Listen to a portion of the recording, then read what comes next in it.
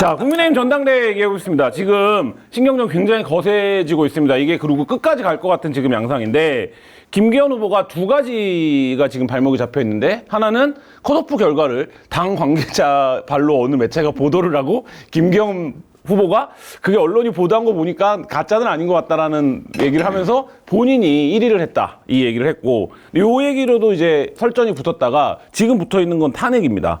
그러니까 미래 권력과 현재 권력이 부딪히면 대권 욕심 있는 후보가 당선되면 대통령이 탄핵이 우려된다 이런 얘기를 했고 안 후보가 무슨 얘기냐 무슨 망상을 하고 있다 이렇게 얘기를 하고 있고 지금 천하람 후보랑 이준석 전 대표도 가세를 해서 김기현 후보가 좀 고립되는 분위기. 오늘 아침 보니까 장재원 의원이 어저께였나요? 이게 뭐 충정에서 한 얘기일 거다 뭐 이렇게 이제 윤핵관들은 돕는 분위기인데 일단 요 탄핵 발언 관련된 상황 총평을 좀 해보시죠. 김수민 평론가부터. 그러니까 국민의힘 당원들의 트라우마를 건드린 거죠. 일부러 건드렸을 거라고 봐요. 슬램덩크로 치면 이제 풋내기 주다면서 놓고 온다. 딱 탄핵 한번 던지고 뭐 이 얘기를 주구장창 할 생각은 아니었겠죠. 근데 문제는 뭐냐면 놓고 와야 되잖아요. 진창에 빠진 겁니다. 예. 뭐 이래가지고는 그러니까 국민의힘 당원들이 어우 부정타 재수없어 뭐 이런 생각을 하게 되겠죠. 김일환 평론 어떻게 보십니까? 오늘 조선일보를 봤는데 사설에 이건 나가도 너무 나갔다라고 써있더라고 사설에. 예? 조선일보가 그렇다고 하면 좀 들어야 되지 않겠어요? 근데 저는 그런 생각입니다. 이게 갑자기 그러니까 밑도 끝도 없이 그러니까 논리를 좀 몇 단계에 걸쳐서 이해를 해야 되는 얘기예요. 이게 갑자기 밑도 끝도 없이 안철수가 대표가 되면은 대통령이 탄핵당할 수 있다. 이 밑도 끝도 없이 뭐예요 이게. 근데 이게 무슨 얘기냐면은 이 얘기가 사실이 되려면 민주당이 하여튼 다수당이잖아요. 네.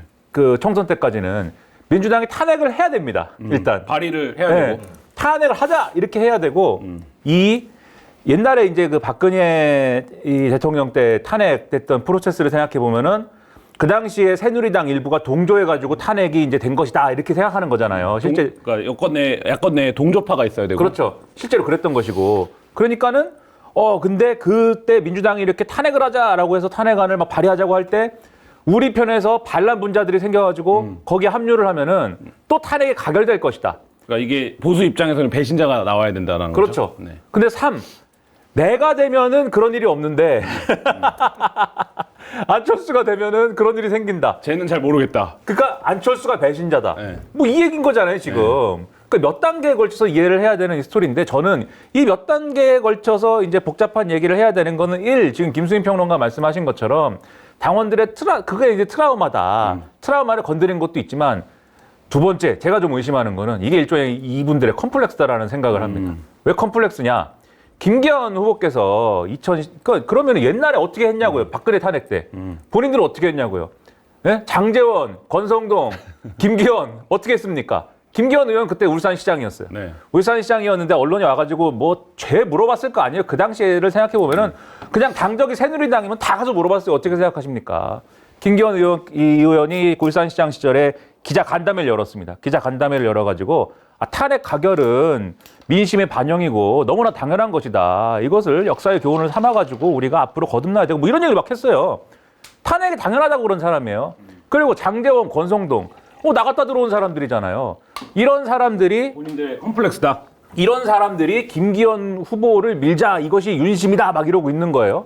그러면 당원들 입장에서 볼 때는 특히 어디께에 있는 굉장히 그 보수적인 세계관을 가지고 있는 그래서 박근혜 탄핵은 뭔가 잘못됐었다라고 생각하는 어떤 당원들 입장에서 보면은 김기현, 장제원 이런 사람들 배신자거든요. 그 배신자들인데 지금 그 배신자들이 배신 한번 더 일어날 수 있는데 우리가 지키겠습니다. 얘기하고 있는 거예요. 뭐랑 똑같냐면 김문수 씨가 왕년에 운동권이었는데 보수정당에 들어간 다음에 운동권 때려잡자고 하는 거랑 비슷한 거예요. 지금 그 구도가. 뒤집어진 어쨌든 같은 모습이다. 그렇죠. 저는 그게 그래서 본인들이 그래서 그런 차원에서는 본인들이 그런 이제 불안감을 그러니까 자신들에 대한 못 믿어하는 그러한 표심에 나름대로 응답이면서 뭐 그런 일종의 컴플렉스를 덜기 위한 그러한 뭐 행보이다라고 저는 생각을 했습니다. 엄청 어리석은 말인 게 그러면 탄핵될 만한 일이 생겼다고 가정했을 때 김기현이 대표가 되면은 탄핵을 막을 수 있는 거냐.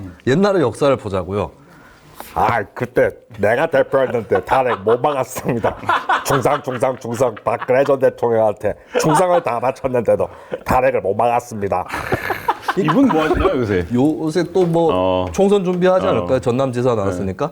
뭐냐면 차라리 그 탄핵을 막으려면은 그 탄핵 때 예를 들어서 현재 국회로 치면 국민의힘 국회의원 중에 15명 이상이 탄핵에 찬성하면은 탄핵안이 의결되는 거거든요. 그런 이탈을 막으려면 차라리 어느 정도 조금 비주류틱한 사람한테 대표를 주는 게 더 나을 수 있어요. 예, 그렇게 하지 않고 박근혜가 갔던 길을 지금 그대로 가고 있는 거거든요. 네. 박근혜가 2016년 총선 전에 했던 걸 보면은 야, 이 양반은 뭐 원내 과반이라든지 제1당 이런 거는 둘째 문제고 결국에 당 내에서 친박을 어느 정도로 키워가지고 확실하게 여당을 장악할 거냐. 예, 이렇게 골몰을 하고 있듯이 똑같이 윤석열 대통령이나 친윤계 핵심 그리고 그 대리주자 역할을 하는 김기현 이등도 다 그런 사고방식에 똑같이 빠져들고 있는 거예요. 자, 그러면 용산의 입장에서 보면 뭐 권성동, 장제원, 김기현이 갖고 있는 어떤 정신적인 콤플렉스나 트라우마가 있을 수 있다고 칩시다. 정치 본인들의 어떤 발언이나 이력에 있어서. 근데 용산에서 놓고 용산 입장에서 보면 야, 니네 지금 여당 전당대회 하는데 뭐 하는 거냐? 이렇게 당연히 나와야 반응이 나와야 되는 거잖아요. 근데 이준석 전 대표도 그 지적을 했습니다만 안윤연대 할 때는 득달같이 나오고 정무수석이 2번이나 국회에 오더니 왜 이 발언은 제지하지 않냐. 그러니까 어제가 되어서야 부랴부랴 대통령 끌어들이는 건 부적절하다가 나왔는데 용산 입장에서는 김기현 의원이 뭐 윤핵관이고 친윤이고를 떠나서 너무 말도 안 되는 얘기를 막 갖다 붙이면 혼내준다 이런 얘기라도 진작에 했어야 되는 거 아닙니까? 만약에 나경원이나 안철수가 이런 얘기를 김기현 되면 탄핵 이 얘기를 했다라고 가정을 해보세요. 대통령실이 어떻게 했을까요? 그들은 죽었습니다. 그들은 바로 끝났습니다. 담배 떨어지는 거지. 담배 탁 떨어지는 거죠. 네. 국감을 앞서서 끝났습니다. 야, 자식들이 뭐 내가 뭐 탄핵당할 만한 일을 했다는 거냐? 어? 너네 저기 탄핵 결정문에 보면은 말이야.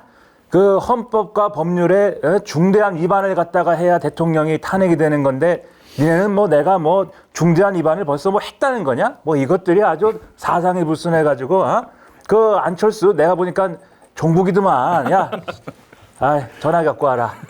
여보세요. TV조선이죠. 죽었단 말이에요. 근데 김기현 씨가 하니까 막 하니까 대통령실이 처음에는 이렇게 있다가 뭐 그래? 왜 그러냐는 거. 나는 그래서 여기서 물론 대통령실이 계속 사람들이 한겨레가 무슨 선택적 침묵이라고 쓰고 뭐라고 쓰고 뭐 선택적 반응이라고 막 하니까 어저께인가 대통령실이 나와갖고 대통령을 전당대회에 끌어들이지 말라고 얘기했잖아. 뭐 이렇게 한마디 하긴 했어요. 근데 저는 오히려 이걸 역으로 좀 생각해 봐야 된다. 그러니까 김기현 씨도 판사 출신입니다. 예? 나름대로 법률가예요. 근데 뭐 왜 탄핵 얘기나 하고 있을까? 그게 이제 여러 가지 노림수가 있겠지만 저는 뒤집어 생각하면 이 얘기를 윤석열 대통령하고 혹시 밥 먹으면서 한 거 아니냐? 예? 그러니까 대통령께서 오히려 야, 김 선배님, 그냥 저기 뭐 내가 대통령인데 그냥 기현이라고 할게. 예? 왜 학교 다닐 때는 저기 선배였지만은, 군대라는 거를 가면은 사회에서의 사회에서의 이력이나 이런 거는 뭐 다 소용이 없는 거잖아. 야, 기현이라고 할게. 야, 기현아. 내 생각에는 내가 저기 탄핵이 될 것 같다고 좀 그렇게 얘기하는 게 좋을 것 같다. 아니, 저 민주당에서 계속 무슨 뭐 쓸데없는 걸 가지고 뭐 시비를 걸고, 거기다가 종북 주사파들이 MBC를 장악해가지고 다 이렇게 가짜뉴스로 사실을 갖다가 왜곡을 하는데, 뭐 탄핵이라고 뭐 당하지 말라는 법 있냐? 이렇게 해가지고 이게 뭔가 공감대가 있다. 네. 그러면 뒤집어 얘기하면 윤석열 대통령은 뇌피셜이에요, 다. 윤석열 대통령은 왜 이러한 결론에 이르게 되었는가? 아까 컴플렉스 얘기했잖아요. 내가 조선시대로 따지면은, 세조야. 네, 그래가지고, 야, 관상가 양반한테 내가 물어봤어. 내가 왕이 될 상인가? 그러니까 이거 비슷한 인식이 있다, 지금. 술 먹고 한 얘기 아닌가 의심하고 있습니다. 와, 세조라서 탄핵 당하는 거야? 사육신이야?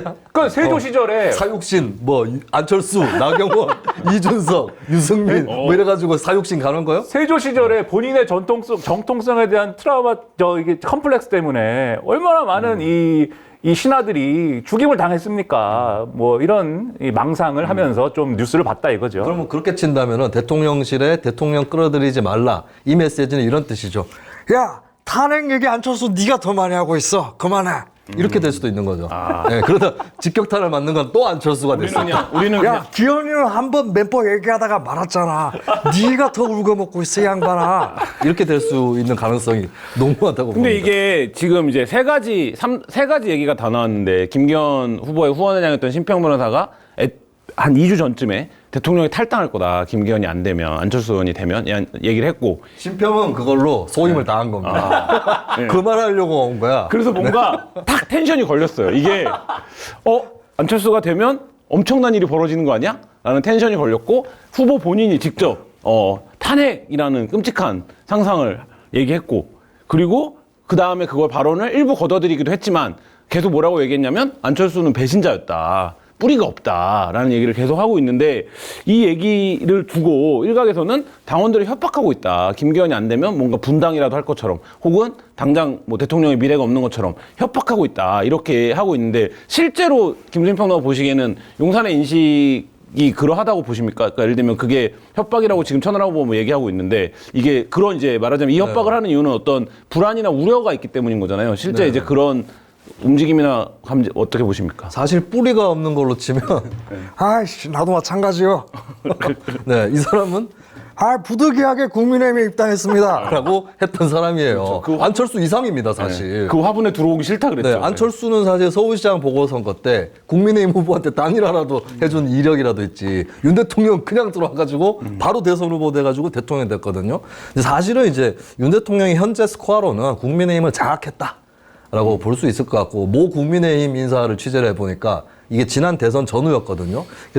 과연 어느 정도로 장악했을까 제가 좀 궁금해서 근데 그분의 말씀으로는 다 장악됐다. 뭘로 장악했느냐? 술로 장악했다. 국민의힘 관계자의 말이에요. 술로 장악했다. 윤 대통령이 이미 국민의힘을 장악했다. 근데 본인 입장에서는 이쪽 출신이 아니었다는 거 그리고 거기에 대한 어떤 신경을 쓰고 있다는 건 심평 변호사 얘기를 한 거죠. 후보 시절 때도 국민의힘에 대해서 불신하는 생각이 있었다라고 하는 거. 저는 이제 심리학을 어설프게 3년 배우다 말아가지고 계속 그 심리에 대해서 생각하는 거예요. 앞서 말씀하신 윤석열 대통령의 그 부득이하게 입당을 했다든지 그다음에 국민의힘이 장악됐다든지 아니 대통령이면 그 당은 뭐 장악이 되는 거예요. 그냥 누가 대표든지 간에 이준석이 대표든 안철수가 대표든 오늘 조선일보 사설을 또 보면은 끝에 그렇게 써 있어요. 심지어 대통령이 부적합한 당대표 후보라고 지적한 사람이 대통령실이 그렇게 지적한 사람이 대표가 되더라도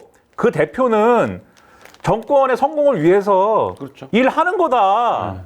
근데 만족하시질 않잖아요. 더 충성해야 되고 조금이라도 이 배반할 것 같으면은 그냥 때리고 조금이라도 더 충성해야 되고 이거를 계속 하는 거잖아요. 왜 그런 거냐? 그게 컴플렉스라는 거예요. 마켓단의 전 제품 배송비 무료니까요. 회원가입하고 로그인하셔서 혜택을 받으시기 바랍니다. 친이계가 다 살아남았습니다. 이른바 이준석계라고 불리는. 그리고 지금 언론이 천하람 후보에 대해서는 돌풍이라는 표현까지 써주고 있습니다. 실제 뭐 까볼 수는 없으니까 어느 정도인지는 모르겠지만 그리고 1인 2표제고 굉장히 전략적으로 투표했다. 니네 짜고 쳤다. 이런 걸 이준석 전 대표가 직접 뭐 올리기도 했지만 어쨌든 이준석계가 모두 살아남은 이 상황. 그래서 뭐 지금 천하용인이라고 부르나요? 뭐 이렇게 불리고 있는 이 결과는 어떻게 보십니까? 김민하 평론가부터. 우리 과거에 이제 그 민주노동당이나 이런 거 활동했던 사람들은 익숙한 얘기예요, 이게 다. 그러니까 1인 2표잖아요, 최고위원 선거가. 그러니까는 그런 거 이제 옛날에 세팅 선거라고 그랬는데 이준석을 지지하면 당대표 천하람, 최고위원은 허은하, 김용태, 청년 최고는 이기인 이렇게 찍어라 라는 지침을 그리고 그 상태로 선거운동을 온라인에 있는 이준석 전 대표 팬들이 쭉 한 거잖아요. 그리고 그들이 딱 어떤 일체감을 가지고 전화 오는 거 받아가지고 한 거잖아요. 그러니까 그게 아주 이 선거운동에 간명하기 때문에 그 지방선거 때 줄투표랑 똑같은 거거든요. 그 쭉 해가지고 된 거고 다 들어간 거고 반대로 이제 소위 말하는 친윤이라는 사람들은 김기현이 윤심이 실린 거는 분명하다. 근데 나머지 최고위원 후보 중에 윤심 후보는 누구냐.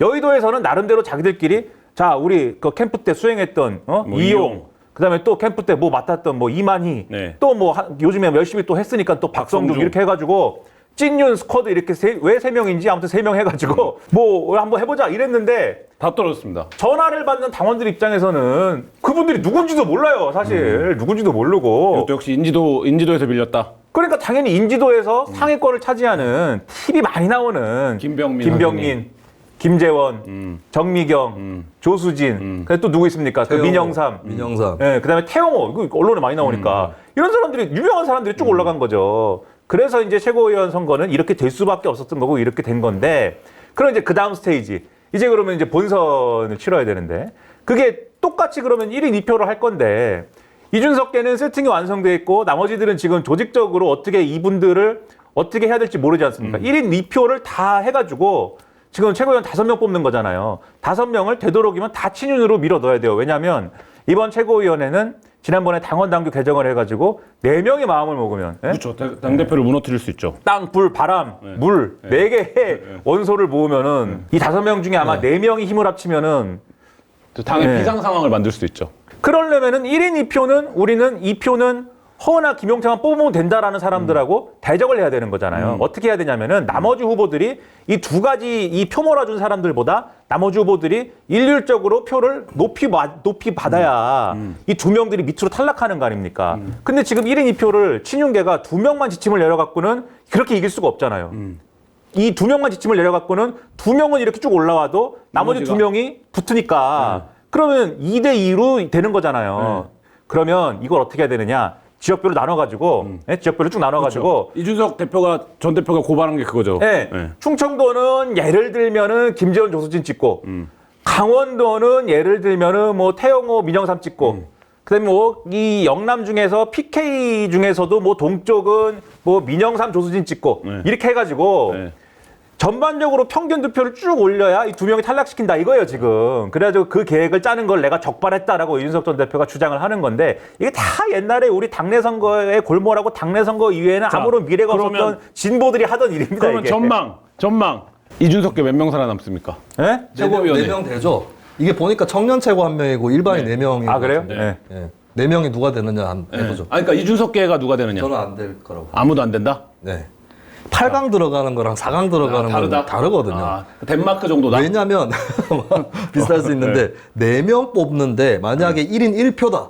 그러면 이준석계가 1명은 들어가죠. 4명 중에 1명. 밀어주면 근데 되니까. 1인 2표라는 거는 이게 단기명 투표일 때에 비해서 연기명 투표일 때가 다수파가 좀 더 유리합니다. 왜냐하면 세팅할 수 있으니까. 그러면 이제 이준석계는 김용태, 허은하가 둘 다 되거나 둘 다 떨어지거나 이 가능성이 높은데 이제 사실은 이준석계의 고유 지분이 어느 정도이냐에 따라서 결정이 나는 문제죠. 근데 그거는 우리가 알 수 없는 부분이기 때문에 좀 제껴서 놔두면 일단 이제 친윤계가 6명, 범친윤이 6명, 나머지 6명이라고 볼 때 이 전략으로 갈 거예요. 한 2명 정도는 좀 제끼고 4명을 갖고 야 여기는 옛날에 김무성이 아바이는 가번, 엄마이는 나번, 아 새끼들은 다번 찍어라 이런 식으로 했듯이 이준석 전 대표가 그 올린 것도 그런 내용이잖아요. 그렇게 표 분산은 어느 정도 시도를 할 거고 예를 들어서 허은하, 김용태 조가 20% 25% 정도는 얻어야 뭐 넉넉하게 저쪽에서 어떻게 나오든 간에 들어가는 건데 그 정도는 안 되지 안 않을까? 되지 않을까? 김민하 평론가는. 저도 안타깝게도 비슷한 생각이고 청년 최고는 뭐 장해찬 씨가 된다고 하니까 다들 그건 네. 뭐 못 이긴다고 하니까 네. 그 모든 최고위원 후보들 중에 지금 유일하게 윤심을 등에 업고 있는 후보님이시잖아요. 네. 그래서 이제 5명 중에 1명은 이미 확보가 됐고 네. 이 일반 4명 중에 3명을 확보를 하면은 아까 말씀드린 마법의 숫자 매직 넘버 4를 채우는데 그 4가 문제가 아니고 5를 다 친윤이 싹쓸이 하는 것이다. 그렇게 되지 않을까라고 생각합니다. 마케타니는 착한 쇼핑몰이죠. 마케타니는 저지되어야 합니다. 저는 마켓하니에 구합니다. 다른 데서 쇼핑하는 것은 저지되어야 합니다. 물건하면서 상품을 찾다가 보면 하루가 언제 나갈지 모르겠습니다. 반드시 저지되어야 합니다.